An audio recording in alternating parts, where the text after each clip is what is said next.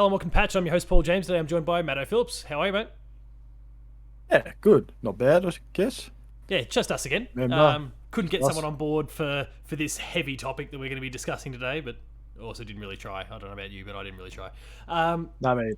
Yeah, we'll get the third chair going sometime soon, unless Damo comes back. But until then, enjoy your trip over the Alps, my friend. And in the meantime, it's us. To destroy the One Ring. Yeah. How long does it take, mate? Sam and Frodo got it done in 3 movies. It took them 3 years. No, 3 movies. 3 movies. That's all. Like it's one big day of watching. That's it. They got it done. 3 movies, 9 hours. Yeah, you can do it. Unless it's extended. Unless it's the extended cut. All of a sudden, it's about 20. 15 hours. And, you know, if you want to watch The Hobbit on top of it and all those, well, there's another 3 movies that I'm sure each have extended cuts and all those sort of things too. It's a long adventure. And watch the special features. Yeah, but, I mean, what did you say last week or something like that? It's been 2 months or nearly 3 months or something like that? 3 months. 3 months since we last saw Damo. Rest in peace. So, as I said, heavy topic. We're getting into a little bit of business talk here because we've seen over the course of the last couple of years a bit of a buying frenzy from the ones that we've discussed, like the big ones that we've discussed in the past of Microsoft buying Bethesda to kind of smaller individual purchases like PlayStation buying Insomniac, even as recently as this week. One of the studios they bought another studio, and they also picked up Blue Point, and we've seen a whole bunch of other things along the way as well. Even on a different scale, we've seen Netflix buy up studios. Netflix bought up Night School this week, so an awesome indie team there, really focused on storytelling, do Oxenfree and all those sorts of things. So what we kind of want to do is just kind of pick through what's going on, work out where's too far, where does this stop, do we expect more to happen, all of those sort of little things. So before we really dive into kind of, I guess, predicting what's to come, or like, what are you thinking about where things are at currently? Like the fact that we're seeing these chess pieces being taken off the board left, right, and center. Well, it sort of feels like nowadays that little small companies no longer just make games. They just get brought out by someone else to make a game. Yeah. That's what it feels like. I mean, that is There's business. It's business, but it's not like pitching an idea to someone going, hey, we got this idea for a game. This is it. It's just, hey, want a big bag of money and make games for us? Yeah. Okay, sure. I mean, thankfully, we're not at the point where, like, the little small startup, they just have a good idea and they instantly get bought up. Like, you have to it seems like, at least at this point, you need to have had some winners before you get considered. Like, Microsoft hasn't just bought a team that's done nothing, for example, to this point. Neither's Sony in terms of the big hitters and what they've been up to. But well, do you technically call was it Blue Point? Oh yeah, Blue Point, but they've been going for. I would say, is that technically they've made nothing? All they've done is just remade. Well, yeah, they've games. made nothing of their own. That's a good point. And now, actually, to that one, because yeah, it did just happen this past week. In their little press release or an interview they said they were going to be making an original game. Now, the language I think was very specific. They didn't say an original IP or a new IP or anything like that. They said an original game. Like, that can still be code for a remake. But I think they're trying to give themselves the wiggle room that if they wanted to actually create something of their own, that they could. So who knows what that means? But yeah, they've been bought out. Maybe they make something new. Maybe they make Metal Gear Solid or something like that because everyone's begging for them to do that. Ooh. It'd be tricky. There's been other reports in the last 24 hours that Kojima is officially working on Silent Hill, and PlayStation is the one that's kind of overseeing that whole thing. So who knows? There's some messy stuff going on. We won't dive too much into that because then we can start talking Abandoned again, and that's a horrible topic to have to discuss. We'll just wait until that shit show rears its head and completely upsets everyone. Yeah, I'm with you. Like it is a weird sort of place where it does feel like you only need to have one decent game or hit even, and you're on the table to get bought out. And I guess for a lot of people, regardless of whether they're in games or not, I'm sure most people are pretty happy with that. Like when the opportunity comes up, you're like, some people have, doubled their mortgage and they've taken out all sorts of loans to go and pursue a dream of making games, and it's not always profitable. It doesn't mean they necessarily lose money, but there are plenty of people who their games just don't succeed, and so all the money's just straight down the tube. and they're usually unfortunately lost to the industry after that. But they might make a profit, but it's not enough to really accelerate and pay and help with that loan that they took out. That's putting them in a pretty dodgy place for the next few years. So I'm sure like when a Microsoft or even just like a small, because there was an independent group, like about 7 different independent studios that formed this past week to form their own publisher as well, to then help other indies as well. Like that was a really cool sort of idea. But I'm sure when, like, for most people, they're like, I've got debts, I've got these sort of things, and so if a company's going to come and buy us out and instantly our debt is gone, and not to mention they take a lot of big decisions off our hands, I can see why someone would want to do it. I mean, imagine the amount of money that someone like, and this is obviously not a small indie studio, these were very well-paid people to begin with, but imagine the amount of money that Pete Hines and Todd Howard got when Microsoft bought Bethesda. Remember, they got bought for $7 billion. There is no way that company was worth $7 billion. That's Star Wars and Marvel almost together that Disney bought for just a smidge more than $7 billion. I think it was like $8 billion in the end. And they just even YouTube wasn't even purchased for that much. Yeah. So I don't know. Like they obviously overpaid, and I think that was probably what was necessary. I'd imagine Bethesda just wasn't on the table. They didn't want to be bought until someone gave them an amount that they just couldn't refuse, essentially. But I mean, I don't blame people. Like, it's a lot of money. But I don't know. Like, it does feel like, to your point, that if you've got a little bit of success, someone's coming for you. And I don't know. Is that a good thing? Well, even with Bethesda, with their whole Fallout 76 disaster, they all still got $7 billion. True, that was one of their most recent games, and they still got bought off the back of that. But no, let's just all think about the other games that they made. Everyone just forgets about Fallout 76. Well, I'm sure Microsoft got a bit of a look at Starfield. The thing that a lot of people don't know is that Sony was actually talking to Bethesda at the time that Microsoft swept in and bought the whole company.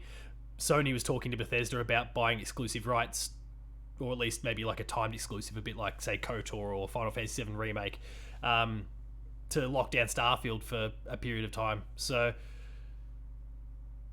these sort of things happen. Big money came in. And then, then $7 billion came across the table, and they've gone, see you, Sony. Well, see you, Sony. Out of here.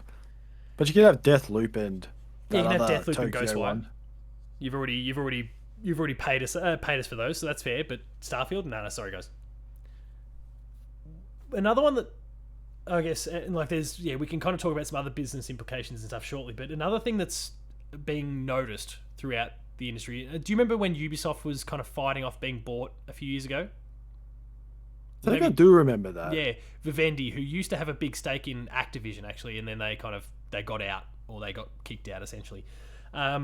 They were just slowly gobbling up shares from Ubisoft. They were, I guess, working over key shareholders and all those sort of things. They were just buying up the company bit by bit. And I think they got to a point where they were owning about a quarter of the company. And Ubisoft was very much against this, and I mean, certainly all fans were, because we know that Vivendi's pretty bad news when it comes to games based on how they handled Activision, who are themselves not a very good company. But that says a lot when people are responding to the scenario that way. But they were trying to buy up Ubisoft for a while there, and Ubisoft got so defensive about the whole thing that, I mean, they really enlisted a whole bunch of support. But one of the more important ones is they got Tencent, who I'm sure you've probably heard of, the Chinese company. No. Oh, okay, yeah. You'll now that I've mentioned the name, you'll start seeing Tencent pop up all over the place. Tencent. Yeah, like 10 and then the word cent, like as in cent, for as in money, like as in a 10-cent coin. Currency. Yeah. Chinese company, and they are just buying up all the industry, just little slices of every big company in the business. They have giant chunks of Epic. They own Riot Games just completely, 100% of the entire company. But it was actually, in this one case, it was good guy Tencent that actually swept in and helped out Ubisoft in this case. They bought up enough stock that would stop Vivendi from being able to assume a majority stake, and kind of thwarted the whole thing there. And then sold a bunch of it back to Ubisoft. They only wanted a small chunk. Now, I think, like, this is now getting very very political, this bit.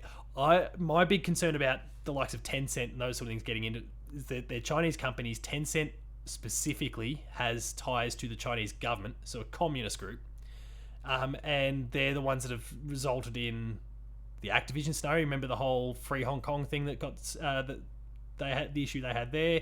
You remember James Harden in the NBA speaking out about Hong Kong, and then he was forced to apologize. John Cena, same sort of thing. This company is aligned with the same government that forces those sort of decisions. So, in terms of almost like a creative freedom for developers and publishers, I'm concerned that they will just the fact that they invest will stop companies from referencing China in any way, shape, or form that may be considered by the Chinese to be we're somewhat to blame for something. No, we won't stand for that. Change it. Like, all creative freedom is gone. You can't have a war game where China's involved or anything anymore, because if they're portrayed to be a bad guy, whatever, you get the idea. So I'm a bit worried about their sort of involvement. We can't have anything that makes communism look bad, even if it's not about us, because that reflects on us as a country or a government. Like, that worries me. But in that one instance, they saved Ubisoft, really. We thank Tencent for it, because otherwise, who knows? Well, yeah, what happens? Yeah, and if this podcast doesn't go to air, gets taken down for some reason, you know why? It's because we said that was it the Chinese leader or was it a Korean leader? I don't know. Someone looked like Winnie the Pooh. Don't go there. Don't go there. I can hear someone banging on the door. Shit, it's all happening. I know about the whole Winnie the Pooh thing. Yeah. Let's not go there. Everyone, look, if you're on the podcast feeds, just jump on the video version. You're going to see a side-by-side here where you got the leader and Winnie the Pooh overtaking myself and Matto's head. No, so Tencent are a big player in the whole thing as well. What do you think about a company that's just gradually, like, they're just buying out 5-10% of all, and in some cases 100% of all these different companies? It does scare me, because like you said, the whole political alignment, political thing. It's just being that Ubisoft have a Far Cry 6 game saying it's not a political game, and thankfully they walked back on that. But yeah, it's a political game, but not the political game we're talking of. Yeah. But let's just say we're never going to hear anything about China. No, you're not going to hear anything about. Yeah, by the time this goes live, in fact, actually, I can talk about this a little bit. By the time this goes live, I have been playing Far Cry 6 for a little while now. In fact, there's a Play 2 Plays that'll be up that people can go check out as well. But yeah, they don't address. I mean, not that they should, because it's kind of linking to Cuba a little bit. But and even then, they don't directly reference Cuba. Like, it's a made up country called Yara, but it looks a hell of a lot like how Cuba was run. In a similar sort of period of time, outside of CD shooting gun, that the CDs play the Macarena while you're shooting sausage dogs, and sausage dogs in wheelchairs, and Guapo, the crocodile, who is just a champion. Oh yes, Guapo's the best. Go check out the Play 2 Plays, people. Yeah, I'm worried about a company that's kind of getting their claws in that sort of way as well. But the upside is we haven't seen anything like that in a Ubisoft game yet. Fingers crossed. Yet. Like, none of their nemesis have been mentioned. I guess they're scared to talk politics anyway, so we probably don't have to worry about someone like Ubisoft, because they didn't want to go there anyway, because they were scared that fans just wouldn't want that regardless. But yeah, it's a good point though. We haven't seen it yet, but who knows? And we probably won't ever. And again, Ubisoft aren't the only one. Riot, completely owned. No. Blizzard, there's a chunk, and there's little chunks. Like Tencent is just buying up. In terms of being an effective business, it's genius. Like, if you just buy up a little bit of everyone, you can't lose. And it's just like, I don't know that they're necessarily doing it so that they can take control or anything like that. It's just so that the money just keeps rolling in. Like, they'll just take a little bit from you and a little bit from you and a little bit from you, and they'll just be sitting on a mountain of gold afterwards. Like, it's genius business. But there is the side effect that is, well, you can't say anything about China in any way, shape, or form now, because then you're seen to be, well, I mean, a company that in part owns you is being besmirched, and they could throw all your stock away. Plunge you into. Do they have a chunk of EA? Probably. I'd imagine so. Probably. Oh, well, there goes those Command & Conquer games then. Oh yeah, that's probably why it's dead. I haven't seen it. So moving away from the political side of things, because it isn't the most exciting one, and Good. we're not political experts. I feel like I imparted a fair bit there, but that's in a large chunk because of a lot of stuff that I've read and heard about the topic previously. Who's next? Do we see someone being bought out? Do we see a big AAA company being bought out? Do we see another Bethesda style purchase from someone? What's left? I mean, there's besides lots of publishers. EA, Take-Two, there's Ubisoft themselves, there's Square Enix, there's Capcom, there's Konami, there's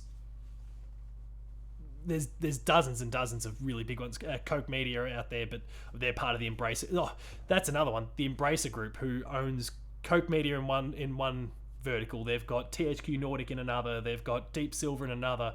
Like, they're a company that owns companies that then owns lots of companies. It's an absolute mess, but they're huge. They're the biggest mob in the business in terms of just sheer size and studios that they own.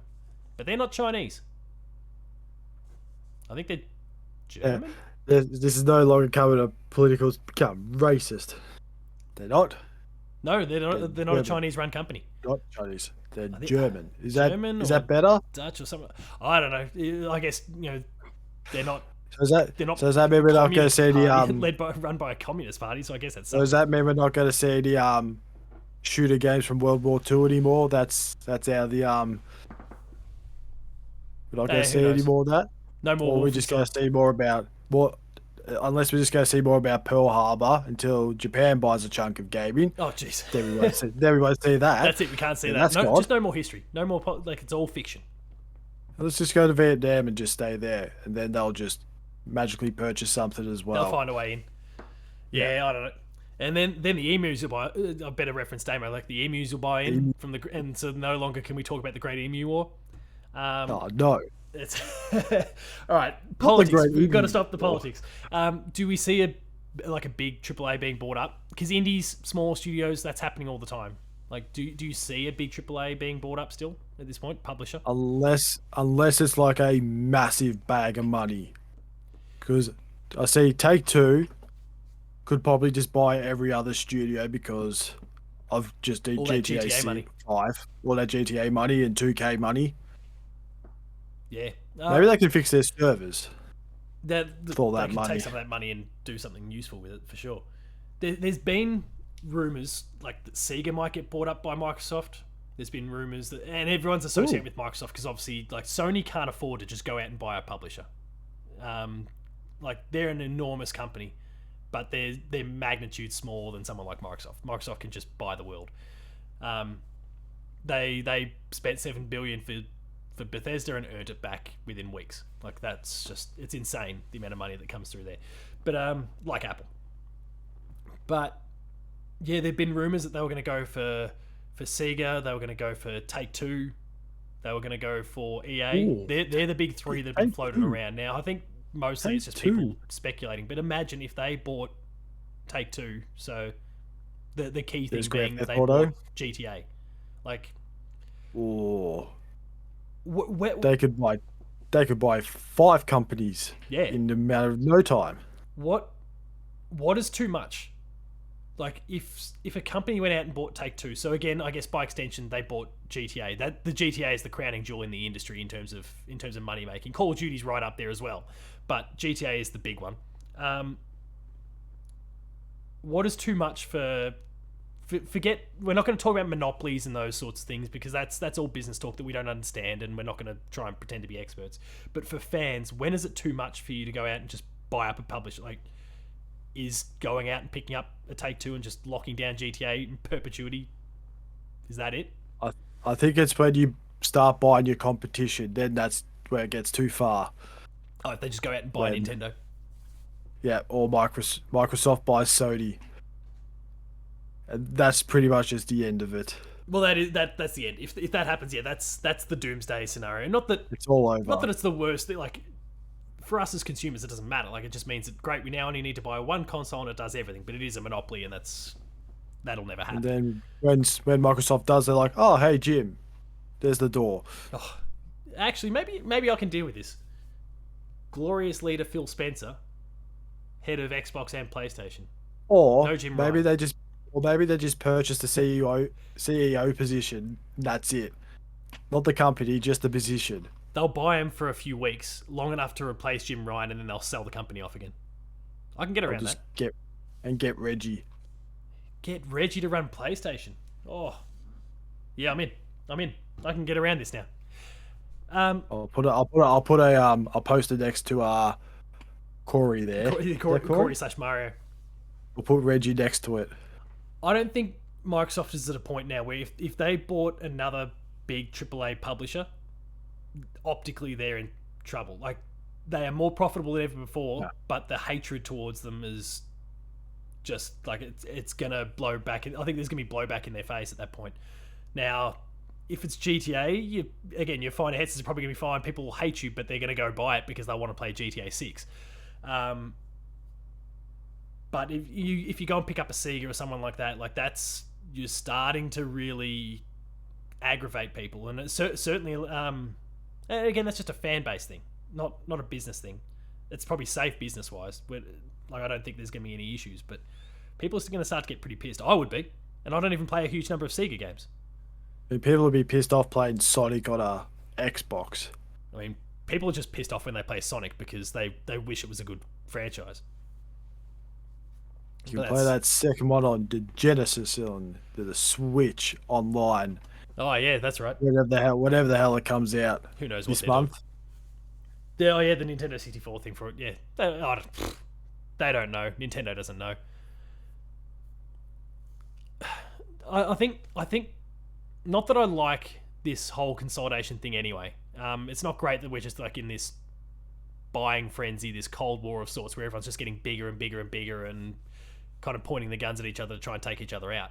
But I prefer what Sony's doing, and that's not me being a Sony pony. I like they're going. We're not just going to just buy all these companies and just take them off the table. We're going and we're buying companies that already had a strong relationship with PlayStation. Like when you think about Insomniac, you think about PlayStation. When you think about Bluepoint, you think PlayStation. Housemarque, PlayStation. Yep. There was like one exception where they made a game for Ubisoft. The one odd one was Firesprite that they bought recently in the UK, who then bought a studio in this past week, which was a bit odd. But even then, that studio was made up of people who used to work for PlayStation anyway. The Liverpool studio that made Wipeout, they shut them down, and then they've bought this Firesprite, which has got all the Wipeout X team people on it. So it's kind of bringing the family back together in like a weird way. So even that, as weird as it might be, still kind of makes sense in a weird thing. Like I prefer that approach. If you're going to do it, cherry pick. Yeah. And actually, like Xbox did at the beginning when they said, okay, we need some of these third-person action titles, so let's go and get Ninja Theory so that we can have Hellblade 2. Or we want... just get Double Fine. Yeah, we want to support... We want Tim Schafer to have an easy life going forward. We'll go buy Double Fine and he'll never have to worry about anything again. He can just go and make the games. They'll never have to worry about the business. We can keep them going, and it's good for us because it gives us kind of a quirky sort of game that's just not a shooter like Halo or Gears. And Psychonauts 2 wasn't created. Yeah. Or they've got that way. Yeah. I mean, it's one of the games of the year from a lot of people. So, or even the other one, which is like, we've got a reputation here for Western RPGs. Not all of them were obviously made internally, but you know, if you think back in the days with KOTOR and Fable and Mass Effect when it was exclusive for a while, like a lot of people think of Western RPGs as being Xbox. And before they got to Bethesda, where they just bought the king of the Western RPG, they went and picked up Obsidian because that kind of fit the narrative. They bought In Exile, who did a whole bunch of those. Like they were really smart strategic purchases that kind of built on a narrative that they'd already established. And now it's just, we just buy a whole publisher and get everything, and a whole bunch of games that weren't necessarily associated with us. Well, they're ours now as well. Like that's, I don't know. I'll play them. Like it's not going to push me away. But I feel like it's also games that they were okay, but not great. Yeah. I mean, everyone still talks about Skyrim, but no one is like, what else is there? Fallout. Well, I don't like Fallout, but people adore Fallout. Doom. They brought in Doom. Wolfenstein. Evil Within. No one really talks about that. Dishonored. But it's not really Dishonored. But it's not really games that something like Insomniac did, like Spider-Man. Everyone Yeah, loves Spider-Man. Ratchet and Clank. Everyone loves Ratchet and Clank. And then what was the other studio you said? that Sony bought. Yeah. Was there one? Oh, Blue Point, Housemarque, Blue. Oh, I can't remember. and Oh yeah, then was that the one that made Returnal? Housemarque made Returnal. Yeah, Yeah, there you go. There's another one. and Everyone likes they've been that. doing those Pay old for it. arcade titles for PlayStation for years. But yeah, Oh, Sucker Punch. I forgot about Sucker Punch. well, Sucker Good. Punch is Been around for a while, actually but still. same sort of story. That's the Insomniac story again. They worked for him for years. They did all the Sly games, and then they bought and Infamous 1, and then they bought them after in the lead up to Infamous 2 because like we're good friends here. You've been making awesome titles. Do you want to join the family? And they said yes. And no one was upset because you kind of associated Sucker Punch with PlayStation anyway. Or I like like this is that back sort in the of thing. days of back in the days of Rare. Yeah, When you think Rare, it was Nintendo. You don't really think Xbox because, let's be honest, they haven't really done a lot in the last 20 do years. you still think of Rare as Nintendo? Yeah, I do. of course. Yeah. I do. Yes, they had Sea of Thieves. That's it. That's all I know from Xbox. Um, And there's a whole Viva heap of other Pinata. games Viva too. Pinata was a I know, grab by the ghoulies, but no one cares about them. yeah. Everyone And a still thinks bad about Perfect Dark Banjo game. Kazooie. Bad Perfect Dark.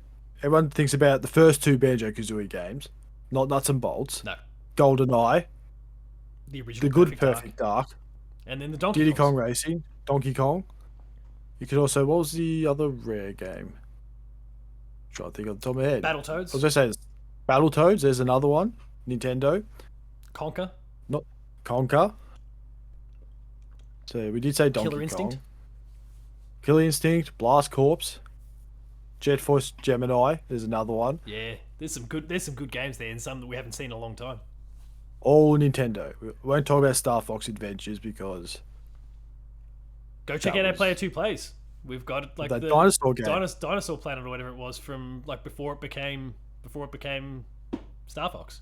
That's a really cool Yes. little inside So story. if you enjoyed him flying in a ship, you're not going to enjoy Star Fox Adventures. Yeah, it's not quite for you, but if you like Zelda, maybe. Possibly. It's not a very good Zelda game, but it's kind of that sort of No. game. Yeah. I don't know. I'd like it all to stop. I think you're probably the same there. Like, I mean, EA bought Codemasters. Like, they got in an arm wrestle with Take-Two and they bought Codemasters, so they literally now own 90% of all the racing games, and the only ones they don't own that are of any sort of importance are Forza and Gran Turismo. Which they obviously can't Maybe get. Codemasters can make some reasonable Need for Speed game. I think that's the hope. I think a lot of people are hoping for that. There you go. Or Burnout. And bring back Shane Warne Cricket. Do it, please. The 99 99. remaster. It's the Remastered. That'd be like the worst remaster ever, but I would be so happy. It'd be totally worth it. I'd be all in. Any other thoughts at all? This is like, is there a studio you're looking at? You feel like they're the next domino to drop. You look at it and go, "Oh, I reckon it could be you soon." Do we see Bungie joining someone because they are probably the biggest of the independent but still AAA developers out there? Do we like Bungie used to be owned by Xbox? Remember? Maybe they'll go back to Xbox, or maybe they'll say, "Screw you, Xbox. We're going to Sony, and we're going to make a sort of I was going to say a Halo type game, but I realized that's Destiny. Yeah, just shared world. Let's just make another game that looks like Halo and Destiny." Yeah, possible. But let's just say it doesn't happen again. Let's get that European Union to come in and just say, "That's enough, you two. Stop it. What the same No. European Union that says, "Hey Yeah. Apple, no more Lightning adapters, Yeah. USB-C, No more. please." Stop it. Stop buying companies." They're good people. You're The European ruining Union. I everything. can get around that. Yes. Yeah, we need the dust to settle for a little while, and on both sides of the fence. I'm not talking about it I mean, I'm sitting side by side right now an Xbox Series X and a PS5, so I'm not like I'll still be able to play the games regardless. This is not coming from a place of bias as much as I do favor PlayStation.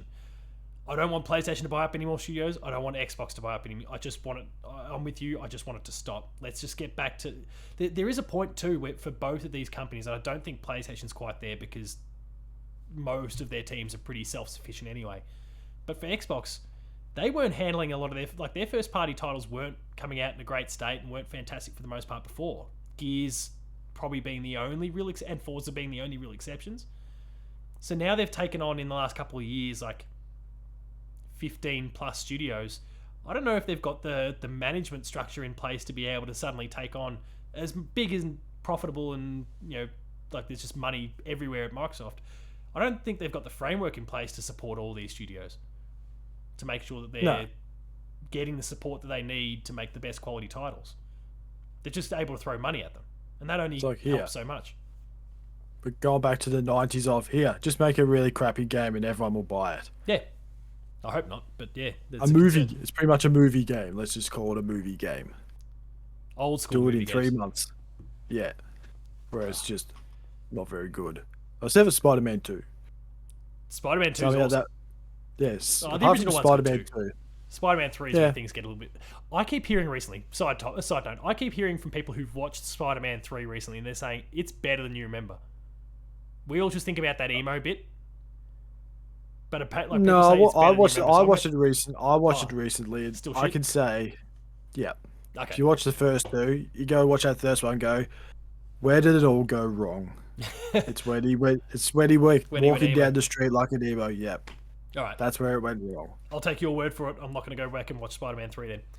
But that is also what you got to do is just watch 1, watch 2. Stop. And that's it. Stop then there. Just jump into the MCU. You're fine there. You can watch The Amazing Spider-Man, be disappointed, then watch the MCU, then watch the MCU ones because they're better, and you go, oh... Homecoming, the new one? That trailer looks amazing. Far from home. Far from home. No way home. No way. I've decided to start catching myself up on the MCU. The last I saw was Age of Ultron or something like that. That's how far behind I am now. Oh, you're 6 years behind. That's the end of that's wave 2. Oh, you're in for absolute time and a lot of movies. Joy. In for an absolute joyous time. I understand Thanos snaps and all those sort of things. The internet spoiled that on me, but I'm that trailer for Spider-Man was so good. That's it. I'm catching myself up. I need to understand what's going on here. I'm totally in. But that's all off topic anyway.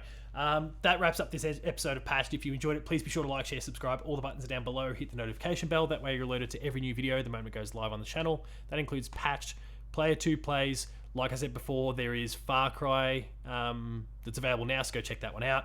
We've got Alan Wake Remastered there to check out as well. Some cool stuff that's all coming out this week. Alan, don't worry. I did the Alan voice a few times in the video. It's high quality viewing, so please go check it out. As well as Gamer School. So go check all the stuff on the YouTube channel. Visit the website player2.net.au for reviews, previews, opinion pieces, news, features, links to the podcast series, Patched, the Player 2 Pixelcast, and Dev Diary. We're on Patreon, patreon.com/player2au, kicking a few bucks. Lower tiers early access, higher tiers multi-episode exclusives. And finally, there's Twitter. Matto _Phil. Paul James Games for me. The website's player2au. And until next time, fuck the communists. Stop buying stuff. I like that too. Stop it. And Winnie the Pooh.